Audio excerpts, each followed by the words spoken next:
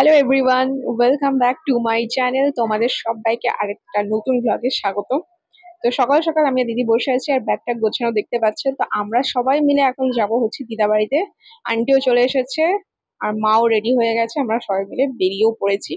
তো প্রথমে আমরা কিছুটা পথ হেঁটে হেঁটে যাবো, কারণ আমাদের একটা জিনিস কেনার আছে, সেটা আমি তোমাদের বলছি আগে ব্লগে কি কিনবো। আর সামনে হেঁটে যাচ্ছে মা আর আন্টি। আর আমরা পৌঁছে গেছি, যে আমরা কি কিনবো সেটা হলো দিদার জন্য মিষ্টি। তো মিষ্টি দোকানে পৌঁছে পৌঁছে গিয়েছি আমরা, আর দিদার জন্য আমাদের মন পছন্দ মিষ্টিও নিয়ে নিলাম, আর তার সাথে নিয়েছি দইও। তো দুটো নিয়ে আমরা চলে আসলাম, এবার টোটোতে বসে গিয়েছি। টোটোতে বসে গেলাম আমি আর মা দিকে, আর ওইদিকে হচ্ছে দিদি আর আন্টি। আমরা টোটো করে পৌঁছে গিয়েছি দিদা বাড়িতে। এবার চলো ঢোকা যাক দিদা বাড়িতে।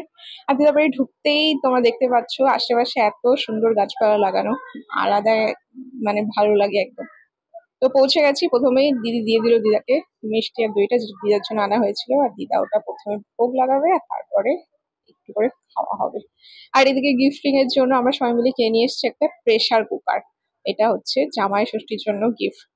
আর এদিকে এখন লাগিয়ে দিচ্ছে মা কে সুথল লাগিয়ে দিচ্ছে দিদি, কেন কি এখন যাবে আম পাড়তে, সেই জন্য এত মশা মাছি বাগানে, সেই জন্য সুগার লাগিয়ে নেওয়া হলো। আর এই যে চলে এসেছি আমি, মা আর আন্টি মিলে আম পাড়তে। আর এত বড় আম গাছ, আর তার উপর লগা বানানো হয়েছে এত বড় একটা, আর ওটা দিয়ে এখন পাড়া হবে আম। তো প্রায় অনেক কটা আম পাড়া হয়ে গেছে, এক বালতি তো হয়ে গেছে অলরেডি। এখনো আম পাড়ছে দুজন মিলে। আর এত বড় একটা লগা যে দুজন মিলে সামলাতে পারছে না লগাটা। তো চলো, এক বালতি আম হয়ে গেছে, আমটা রেখে আসা যাক।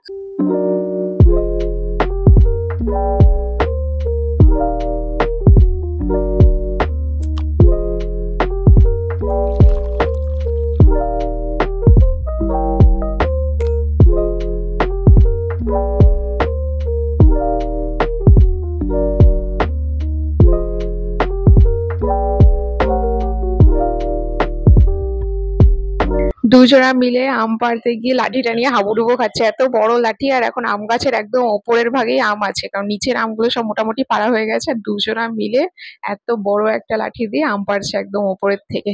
তো মোটামুটি প্রায় আমাদের আম পাড়া হয়ে গেছে। আমি আর দিদি এখানে বসে বসে একটু মোবাইল ঘাটলাম, আর তারপরে তোমাদের দেখাচ্ছি। প্রায় এক গামলা আম মোটামুটি আমরা পেরে নিয়েছি, আর তার সাথে একটা মোচা হয়েছিল সেটাও পেরে নিয়েছি। আম মাখা খাওয়ার জন্য এখন আম মাখার প্রিপারেশন করা হচ্ছে। কি দিয়েছে আম কাটছে।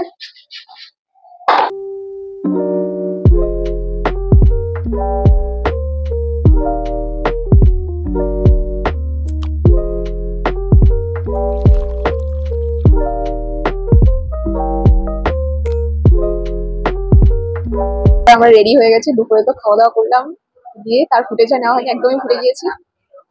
আর খেয়ে দিয়ে ঘুম থেকে উঠলাম, দিয়ে এই যে এখন রেডি হয়ে বেরোবো।